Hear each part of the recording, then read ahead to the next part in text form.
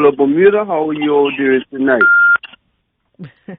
How you doing, DJ Allen? I'm doing well. I'm doing well. Thank you. All right. So one of the things with motion to adjourn is we like to keep things diverse and most of all informative. Last week we had MP Wayne Robinson and one of his political colleagues speaking on issues going on in Bermuda. So today we are going to go back to our roots with where we started our Territory Talk series.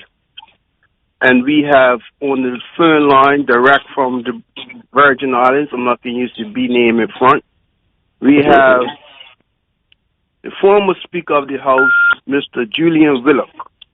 Good afternoon, Mr. Speaker. How are you doing? Good afternoon, Honorable Famous. How are you? I'm blessed. Thank you for once again being a guest on our show. Well, you're a guy from the Virgin Islands, so when you call, I have no other choice but to say yes. All right. So for those that don't know, let's start off with who is Julian Willock? Because some people may not know. Surprisingly, some people may not know who Julian Willock. And good afternoon to the people of Bermuda and the people of all the other islands and territories that are listed here at present. Well, Julian Willock is just a humble servant. I started out in the private sector as a banker. I was also a trainee, a traffic controller. I went away to live and study abroad.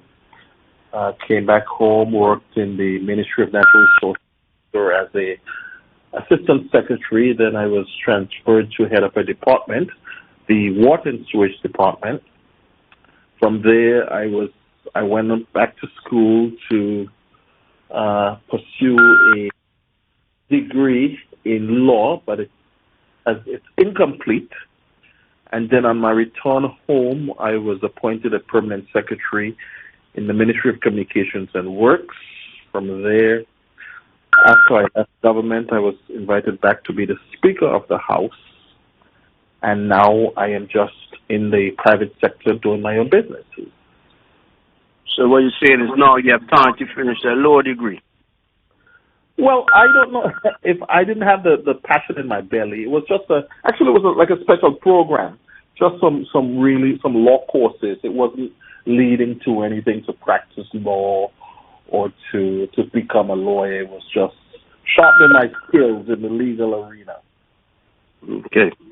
All right. So again, I'm going to lean on your wide knowledge base.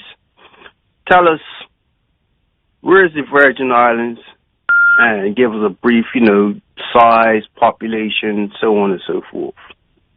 The Virgin Islands is about 10 to 20 miles northeast of Puerto Rico. We have a population of I will say, approximately 40,000 persons. It's diverse. We have a lot of persons from the other islands of the diaspora, the Caribbean, along with a lot of Americans now living here, a lot of Europeans, a lot of South Africans. So it's a diverse population. And it's made up of about 20 to 30 islands and keys. The main island is Tortola, the capital being Town, and we have some of the bigger sister islands, Virgin Gorda, Antigua, Jasper Dyke, and many of the keys where most of the famous hotels are, Walnut Bay, Scrub Island, Norman Island, etc. So it's a diverse place, a lot of islands and keys, and that's make up our archipelago of the Virgin Islands. And what are the main arms of the economy in the Virgin Islands? Well, three main pillars. The first pillar is the financial services sector. We get at least 60 cents of every dollar comes from the financial services sector. We have tourism, and we have, which is small and declining, agriculture, which I said is small, declining. We hardly export. In the 60s and 70s and 80s, we would have exported fruits and vegetables, and even sometimes meat to the U.S. Virgin Islands. But within the last 20 years, with all the strict regulations imposed by the United States Department of Agriculture, or exports to the U.S. Virgin Islands has declined. My understanding also that there is a fish farm out on a place called Beef Island, and they're still engaged in sending things like lobsters and shrimp and all that to the east coast of the United States. Okay, so your economy somewhat mirrors Bermuda in that our main source of economy is not necessarily financial services, but reinsurance and so on like that, and then it's tourism. Yes. And how has your tourism season been? Well, the tourism sector has been, at least the government figures, in terms of overnight stay and cruise ship passengers, that sector has been up. The charter boat company sector has been up, and the high-end hotels, mainly on the smaller keys, they have reported that they've been booked. But on the other side, some of the local small business, the restaurants, bars, small supermarket will tell you plain out that they're feeling the pinch of a soft economy. So it's a mixed bag. In certain sectors, it's great news. Numbers are up. The administration of Dr. Wheatley will, continue to boast about the numbers, overnight stays, arrivals, etc. However, in the local economy, as I said, restaurants, bars, small supermarkets, they have been complaining that they have seen a slowdown in the economy. So it's a mixed bag. Okay. So construction also in some areas is soft, but it's on its way back, particularly in the private sector. All right. So one of the issues that affects many of us, or should I say all of us, in what we is known as the overseas territories, which is a very colloquial name for colony. How's the cost of living been over the last few years? Let's say the last 5 years. Well, the challenge for all, most of the Caribbean islands, and particularly like the Virgin Islands and even Bermuda and Willock, the OTs, is that 90 to 95% of everything is imported. Therefore, we are always at the mercy of the big powers. When the price goes up in Europe, United States, Canada, it affects us because we rely on imports from those bigger countries. To its credit, the government of the day, the government of Dr. Natalia Wheatley, is now reaching out to some of our neighbors where he's looking at doing some trade agreement where instead of us, for example, relying on Miami to get all our fruits and vegetables, he's looking at the Dominican Republic and he's looking at places like Guyana so that there'll be more interregional trade, because right now everything, 99% of everything comes from the United States, Canada, or some products from Europe, European Union. So that has been a challenge. So it's not unusual to hear of people crying with legitimate cries for the cost of living, because obviously when things goes up there, the small business owners will naturally pass that on to we the customers.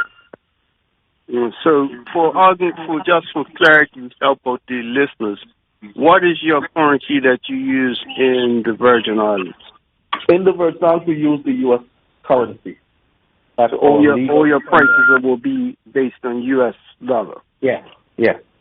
All right. So help me out here. For example, what would be the cost of a basic food item like, I don't know, a a loaf of bread?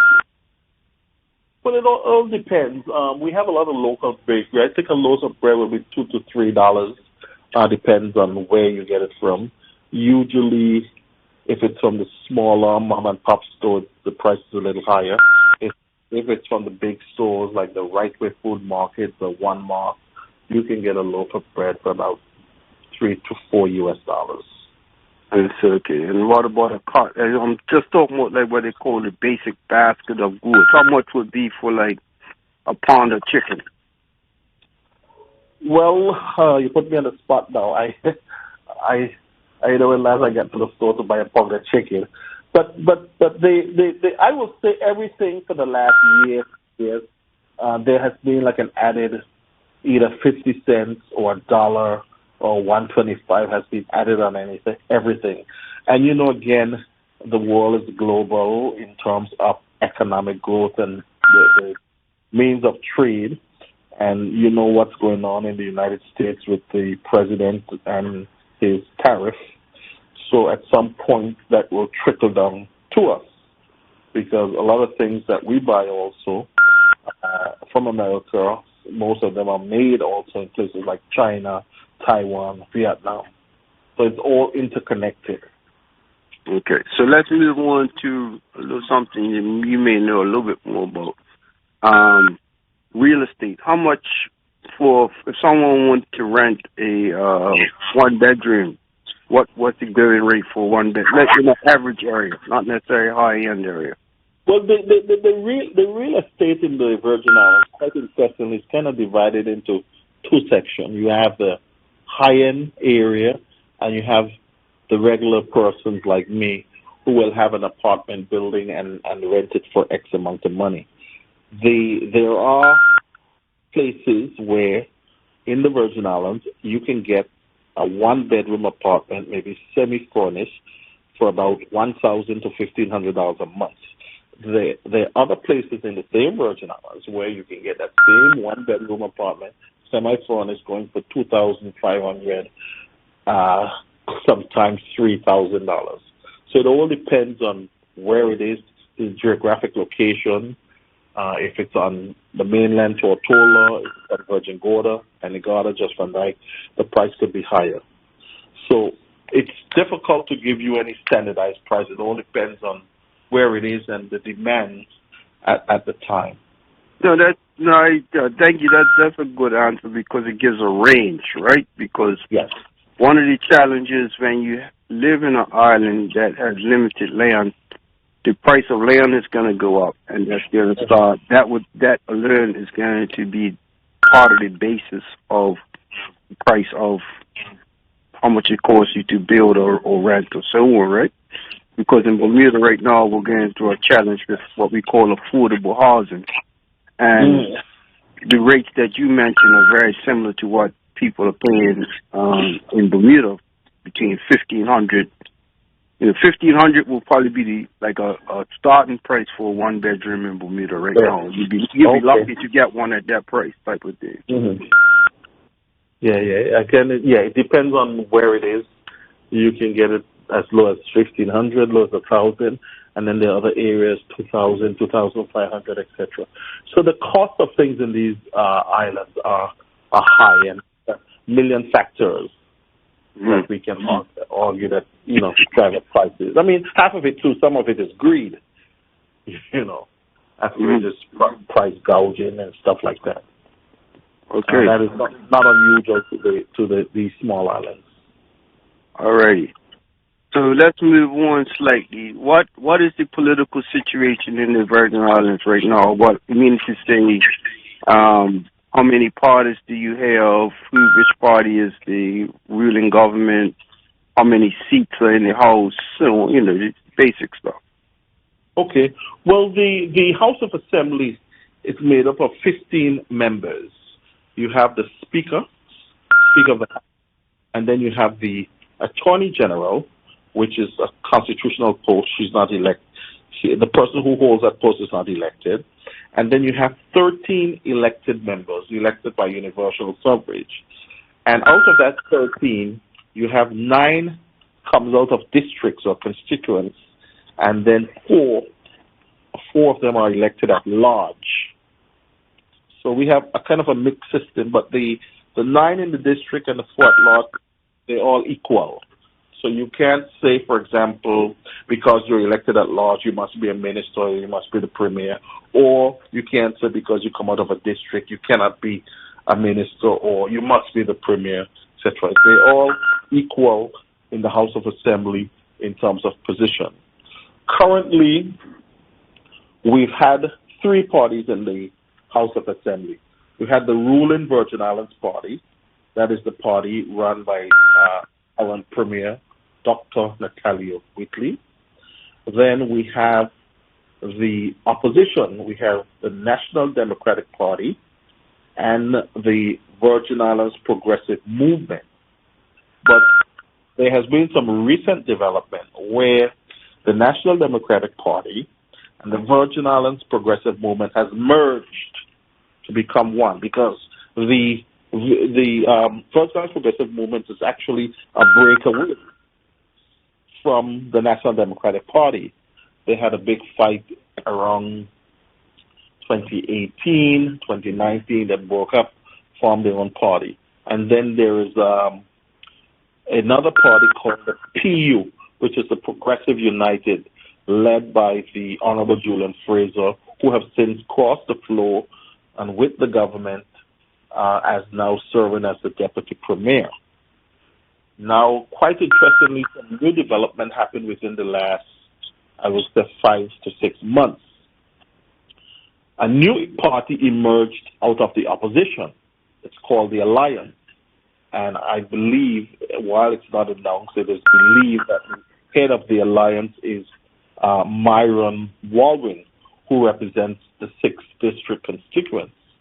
Now, he were able to get 2 persons from the Virgin Islands Progressive Movement, 2 members, to join with him, giving them a majority on the opposition, which is 3.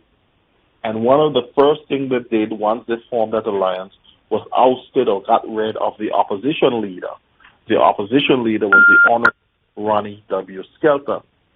So now Honorable Myron Walwyn is now the opposition leader.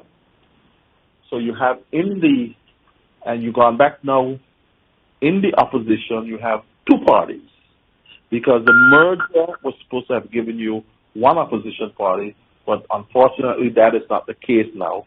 So Mr. Walwyn has his own party, and with him is Honorable Mitch Turnbull and Honorable Stacey Mater. Those were former members of the Virgin Islands Progressive Movement. So technically in the House now, there are still 4 parties. There is the merger of the National Democratic Party, PVIM, there is the Alliance, there is the ruling Virgin Islands Party, and then there's the Progressive United. So we have 4 political parties in the House, and Myron Walwyn is now the new leader of the opposition. That sounds like what can I say? It's almost like watching a series of Survivor to some extent, where you have one team and then they split up and then they merge, and it sounds a little bit. Yes. Well, the reality is that since the 2019 election, it appears that the opposition have not gotten their act together, because the breakup in 2019. Now this year they got back together, but still another faction break away again. So there's always the tension there with the opposition, and it's overwhelming the leadership. Who will lead? Right now, Honorable Malcolm Penn appears to be the leader of the National Democratic Party. And as I said, Mr. Walwyn appears to be the leader of the Alliance. Of course, Honorable Whitley is the leader and chairman of the Virgin Islands Party. And Mr. Fraser, your good cousin, he is... My uncle. Oh, your uncle, sorry. Your uncle he runs the Progressive United. So how with these different political factions, how has that affected the electorate? How do they feel about things? Well, I will say throughout the region, if you look at incumbent governments throughout the region, they're all at this time unpopular. And they're unpopular because the global downturn in the economy, a lot of people are hurting. There are issues of infrastructure development. There are issues of what the residents perceive should be the priority of the government, as opposed to what the government think their priorities are. So incumbent governments in St. Kitts, in the Virgin Islands, in St. Lucia, perhaps Barbados is the exception, are unpopular at this time. But unpopularity doesn't mean necessarily that you will lose an election. Even in your case in Bermuda, I was following you guys 3 months before election, and if you had believed all the blogs that you read against the government of Bermuda, you would have think that you guys didn't have a chance of re-election. So governments are popular, and it's no different here. The current government experienced a lot of criticism, but there is no statistic to show that all that criticism that the current government is getting will translate into ousting the ruling Virgin Islands party. So it's still left to be seen. There's 2 years out. However, there are some things that the government must do in order to at least have a fighting chance of securing another term. The whole issue of the infrastructure. There are people who are crying out every day there's no water. There's the issue of the roads. There's some light at the end of the tunnel, for example, in education. We have a young, dynamic education minister, Honorable Sherry De Castro. She's certainly doing a lot for education. She's one of the rising political stars in the BVI. Teacher salaries are up. She's working on issues of security, issues of discipline in schools, etc. So that is a bright shining star. But the government. So what we're going to do is, Mr. Speaker. Say again. We're going to go to a quick break. Okay. And then we'll come back and speak to some of the issues that are affecting folks in the Virgin Islands. Sure. Just hold on the line. Sure, no problem. 96 degrees, real hot, oh yeah. Summer's heating up, but your home, it can chill. BAC is turning down the heat with 20% off Carrier X-Power Mini Split AC units. They're sleek, whisper quiet, and smart, thanks to energy-saving inverter technology. New install, upgrade, doesn't matter. Just don't miss out. For a limited time, get 20% off when you pay with cash, credit, or debit.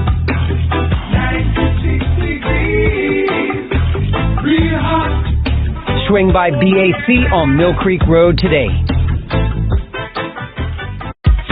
Get ready for a night of king-size fun and super-powered thrills. Fresh Air Films Sunset Cinema is back at Bars Bay Park on Saturday, June 21st. First up, at 6:30 p.m., it's The Mighty Mufasa, The Lion King, followed by Captain America, Brave New World at 9. Admission is free. Just bring your chairs, blankets, and an appetite for action. Food vendors will be available on site. Roar into summer and catch 2 blockbusters under the sun with a view fit for royalty. Visit cityofhamilton.bm for details. Oh, that's good. All right, so we're back with the Honorable Julian Willock, former Speaker of the House in the Virgin Islands. What are some? You were giving us a short list. What are some of the, I would say, top 3 issues that the people of the Virgin Islands, I would say, are rightfully upset about, or wish would the government will work on? The topical issues right now is one, the infrastructure. People are concerned about the water situation in the country, and part of that infrastructure is roads. The other issue is, I don't know if you know that we had a collapse of one of our banks, the Bank of Asia, and that seems to be a talking point for some. And the other issue, which is not a daily talk for many, but they need to pay attention to it, is, again, another attack on our financial services sector. And you know how that goes. So those are the three main things. And of course, as I said earlier, issues of cost of living, issues of what some perceive should be the government priority in terms of expense. Unfortunately, with these small islands that you have to travel and you have to be around the table when important decisions are being made. So I think the government has not convinced the populace of the importance of traveling to represent your country, to represent your side, to be in the table, to pound that table, to watch those persons in their eye to say, we need A, B, and C, that you can't do this to us. I think there are some work needs to be done on convincing the people, because it appears to me that there's a unfortunately, when our ministers of government have to travel, and travel they must, and this is not unique to the Virgin Islands, you have to, and even from your travel, you have to be around the table. That having a phone call or having a Zoom meeting is not the same as pressing the flesh and being in that room. So traveling is very critical, very important, very vital to our survival, and I think the government has to do a better job of convincing the populace that they're not someplace on a joyride. They are there as a part of their job, as a part of their mandate, and to protect the Virgin Islands' interests. Mm-hmm. All right. Just as you close up on the Virgin Islands, when is the next election due in the Virgin Islands? The next election is due 2027. So we're about 2 years out before the next general election. But you could call the election at any time, though. Of course. And you know that the government now started out with 7 seats, and now there are 8 seats.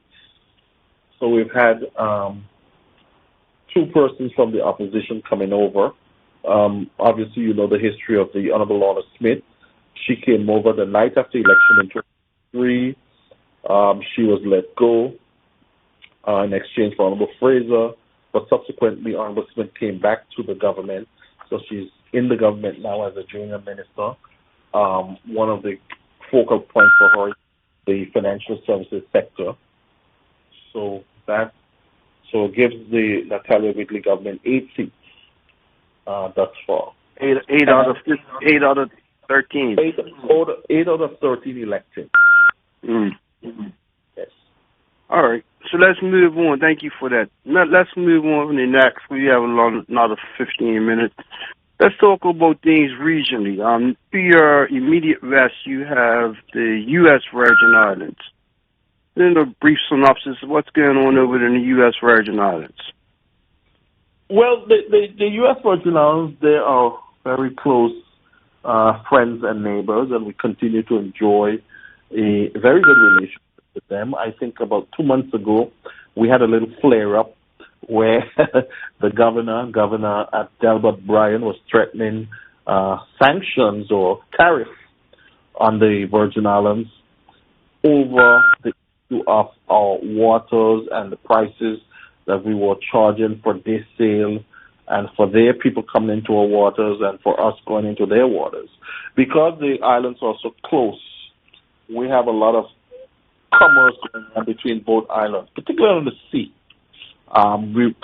Tourists will come to the BVI. They want to get back through St. Thomas to go back to the mainland. There were a set of charter boat companies that will take them. Their people will come up here for the day to go to the baths on Virgin Gorda, to sail our beautiful waters and our beaches. So there was some tension a couple months ago over that, and a new bill that we passed. But because of good negotiation and our enduring friendship, we were able to negotiate, and I think for the most part that has been settled. Mm-hmm. Okay, and on the eastern side of you, so it's the southeastern side of you, have Anguilla. What's going on over in Anguilla? Anguilla, I think they had a new election, I think, a couple months ago, and I think they now made history where they have the first female premier. And I think they have been also suffering from a little crime wave. But again, we are from government to government. There are a good working relationship, and there are a lot of families in the Virgin Islands from Anguilla, and they go back and forth in terms of travel. So I have to stay abreast of the work of the new government there, and to see how well the new Madam Premier is doing. So they have made history. Mm-hmm. And what other islands can you give us some updates on, or anything of? Well, that within the last month, Trinidad and Tobago had a general election, and they had a change of government. The United National Congress under Prime Minister Kamala Beseta returned to power, ousting the long-time PNM of, Mr. Rowley had given up power. In Barbados, you will know that Mayor Motley, the popular Prime Minister, she said she only wanted to do 2 terms. Her people called her back to say, we need you again for another election. So she has decided to contest and to stay on as the leader for the next general election in Barbados. So, and I think Jamaica might be gearing up for an election soon. Yeah, so it's going to be some interesting, either the things stay the same or some interesting changes within the next year or two within the region. Yeah, and that's the thing, while you're on that subject, yes, about 3-4 months ago, we were at a conference in Barbados, like we said. You have to be eye to eye with your fellow leaders, right? And at that conference, which was hosted by Honorable Mia Motley, she basically said something along the lines of kind of Lonely being the only woman leader in the CARICOM or the Caribbean at that time. Mm-hmm. And then subsequent to that, there were a number of elections throughout the Caribbean, and as you mentioned, in Anguilla, they elected they had a change of government, and with that brought their first female leader, which is the Honorable Cora Richardson Hodge, which is the first time in Anguilla's history that they've ever had a woman as premier. Mm. And then subsequent to that, there was the election, as you said, in Trinidad and Tobago, where the Honorable Kamala was reelected as the Prime Minister of Prime Minister of Trinidad and Tobago. Mm. But in that same week, as you said, the opposition lost. Well, the PNM lost, became the opposition. Yes. They had a change of leadership as well, where the Honorable Penelope Backles became the first female opposition leader in Trinidad. So in Trinidad, both the Prime Minister and the opposition leader are female, which is, I think, maybe a first for the whole Caribbean, where you have both political leaders of female. And their president is a female also. Right, the Honorable Kangaloo. Yes. But I must say, talking about female leader, your country, Bermuda, was way ahead of all of us. You've had 2, I believe, correct me if I'm wrong, 2 female premiers. So we had three actually. Wow, you guys have been way ahead of the rest of the region in terms of progressive politics, because women are talented just like men, and they could serve as prime ministers, as premier. They can hold any post in the region. But Yes, you know yes, indeed. So in the chauvinistic culture of the Caribbean region. Yeah, so in the 1996, our first female premier was the Honorable Dame Pamela Gordon, Pamela Gordon Banks. And then she was with the then United Bermuda Party. And then in my party, our party, the Progressive Labour Party, the leader then was Jonathan Smith. Now, Dame Jonathan Smith, she was the first elected. So, yeah, let me correct myself. At one point, we had the opposition leader was a woman, and the premier was a woman. And then the opposition leader won, and she became the first elected woman premier in Bermuda. Wow. And then that was 1998, and then in 2010, we had our second third female premier, which is the Honorable Paula Cox. So yes, we have had three, through different iterations, we have had three women as premiers in Bermuda. Yes, yes. Well, I congratulate you guys. You guys were way ahead. Outside of you guys, the only other place with a female leader was in Dominica. Charles. Yes. But the Caribbean region have been dominated by male politicians, male leaders, and I think it's time that you give women a chance to lead. I don't think let me get back to that, but just another thing, historically. Recently, there was also on May 25th, I want to say, there was an election in Suriname, the Republic of Suriname, which is, although it's not an island, it's part of the CARICOM. It's actually right next to Guyana. Yes. And the ruling party, they have, I think, something like 40-odd seats. So there's several different parties there. So the coalition parties won more, collectively, they won more seats than the government.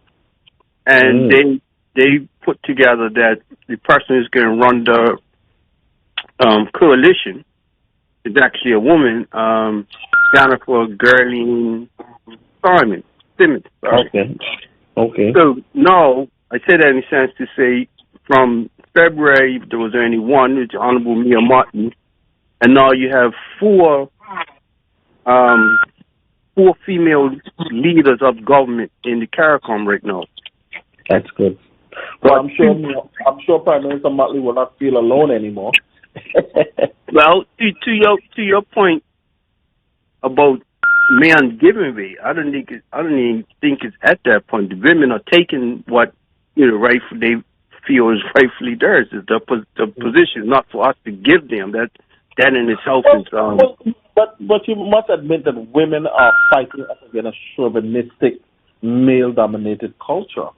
I don't doubt that. People in the Caribbean who think that women should be at home cooking and washing. I mean, it's just ridiculous, And I think women can hold any position in any country, whether it's the Prime Minister, whether it's the Minister of Communication and Works, whether it's the Governor General. Women can hold any position in politics. And be it as it may, one could conclude that Mia Motley may be one of the most popular female leader in CARICOM. Yeah, no doubt. And I forgot one as well. In Grenada, the opposition leader, Honorable Pierre, is a woman as well. So there's. Yeah, but that one there's a little tricky. Did Mitchell give up? I mean, he's still there. But she's the leader of the opposition, but not the leader of the party, the opposition party. I think there was some little confusion there, and I'll have to research that. But before we go, I want to also touch a little on the offshore financial sector. With your permission, just to say that obviously you know that is an important aspect of the BVI and, the Virgin Islands and how we earn our revenue. and the big powers continue to attack our financial services sector, and it's unfortunate because we have always cooperated. We're around the table, whether it's the Financial Action Task Force, we are around the table on all international standards on anti-money laundering and combating the finances of tourism and all that stuff. And we have a strong Financial Service Commission, the regulator here in the Virgin Islands, and they continue to maintain a reputation as a well-regulated and well-respected international business and finance center. So we continue to struggle with the international community whose aim is to get rid of our financial services sector. And that will be devastating because, again, 60 cents of every dollar comes from the financial services sector. And for over 40 years, the Virgin Islands has an established track record of meeting and exceeding international transparency standards. And we get labeled some tax haven, but we're not any tax haven. We adhere to all the initiatives when coming to common reporting standards, profit shifting framework. All these are essential things to promote initiatives to combat tax evasion. So we're not a tax haven jurisdiction. And I can also mention that over the past years, we have signed, the government of the Virgin Islands, both the former government and the current government have signed over 100 tax information exchange. And these are exchanges where relevant law enforcement agencies, if they think that something is going on with any of the companies that register with us, they can have access to investigate and have access to get the information they need. So that continues to be one of our struggles in the Virgin Islands, or the constant attack on the financial services sector, and all we're doing is facilitating global trade around the world. That's all we're doing. And it's so interesting, Honorable Famous, the tax evasion and money laundering cities are given a pass, like Paris and London and all the places where in most of the European Union countries where they're actually laundering money. Switzerland, they're given a pass. But for us, it's consistently, and we have to be in the House of Assembly consistently amending laws, amending regulations, trying to stay up, to keep afloat, because they're really, unfortunately, after our financial services sector. But that will certainly, if that is gone, devastate the Virgin Islands and devastate our economy. There'll be no money for roads, there'll be no money for schools, there'll be no money for hospitals, there'll be no money to pay teachers. So we will certainly be in some trouble if they continue to undermine our financial services sector and eventually destroy it. Well, that just speaks to the C word, right? You got to remember, they in 2000 they changed their constitution, no, not the constitution, but in 2000 they changed the name from British colony to British overseas territory, right? No matter how many times you change your name, you're still going to be the same person that you were born, correct? Of course. So the reality is, as long as we as overseas territories, whether they be British overseas territories, the Dutch overseas territories, the French overseas territories, or the American overseas territories, we are still colonies, right? And there's in the colonial construct, there is no way that the colonial masters, whether it be America, France, Dutch, Holland, or America, there is no way they're treating you like equals. That's you know what I mean? Yeah, and that's the problem. We can't get a fair shake, and that is not right. That is not justice. That is not, it's almost cruel and inhumane to say to a people, 60% of your income comes from a certain sector, but you must shut down that sector. But no one is saying, okay, shut down that sector, but we will help you create and open new avenues for economic growth.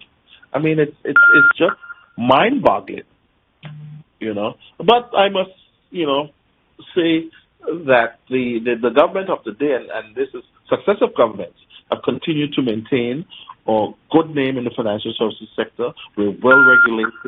We're known for transparency. And if anything comes up, there are mechanisms through available law enforcement and tax authorities globally that could provide rapid access to any company ownership information if they think that some criminal activities are going on.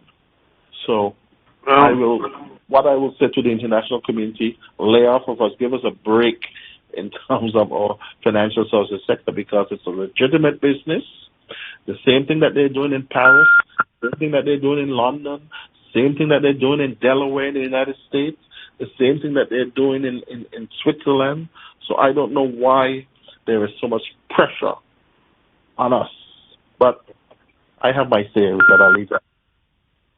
Well, as I said, it goes back to the C word. So, Mr. Speaker, any final words to the people of the Virgin Islands and other islands listening in? Well, I will say my final word would be to the government that you have a $100 million loan, and it's time to get cracking. It's time to get the airport runway expanded. It's time to get the Prospect Reef project going. It's time to fix your water infrastructure. And I commend Honorable DeCastro for her work in education. And it's time for us to really get some things going on the ground. People are hurting in certain areas and sectors. Some of the cries are legitimate. Some of the cries are not. Some of them are just the normal political rhetoric and the normal political opportunists. But where there's legitimate hurt, I call on my government, my party, to start getting things executed. The COI thing has been gone now. You have fulfilled all the things that you have promised the British. Now it's time to focus in on our people to make a better life for the people of the Virgin Islands. And they cannot wait any longer for that better way of life. Right. I just want to give a shout out to my family down in the Virgin Islands. But I will add, Honorable, that I do have the confidence still in the Natalia Wheatley administration that they will make things happen. But my message to them is that you're running out of time. Yeah, time stops for no one when it comes. It's not like when you get elected, you could just pause and stay elected forever. Exactly. Yeah. So I want to first by thank you, Honorable Speaker. It's not often I could command the Speaker to speak for 1 hour. Well, you know, your roots is deep and wide in the Virgin Islands, so when you call, especially from my village, Seagouseway, so when you call Honorable Raymond, I will always, once time permits, I will always be here to talk to you. All right, my brother. And shout out to everyone listening here. Shout out to CBN Radio in the Virgin Islands. Shout out to Radio Turks and Caicos, which is obviously in Turks and Caicos. Shout out to a number of other media partners that will be running this recording. So thank you once again. And Brother Wheatley, Minister, I'm calling you, I'm saying in advance, Minister Wheatley, Minister Willock, have a good evening. Thank you very much for calling. Shout out to audible media listeners. One lady asked what's the beeping sound for. What's happening is we're doing a three-way call, so unfortunately, digital, I guess the big people are listening in or something. I'm not sure. Okay. No problem. Thanks for having me, and we'll certainly be in touch. All right. DJ LA, any closing words? No, not at all, Minister. Thank you for joining us. All right. We'll be back next week. MP Dwayne Robinson and I will be back next week. I'm not sure who's going to be the guest, but as always, we will keep you informed. Thank you very much. It's Friday the 13th at the Phoenix Pier. This Friday, enjoy 13% off Stillwater at 6 drugstore locations. Buy 13 of the still snacks for $13 and get 13 free. Nestle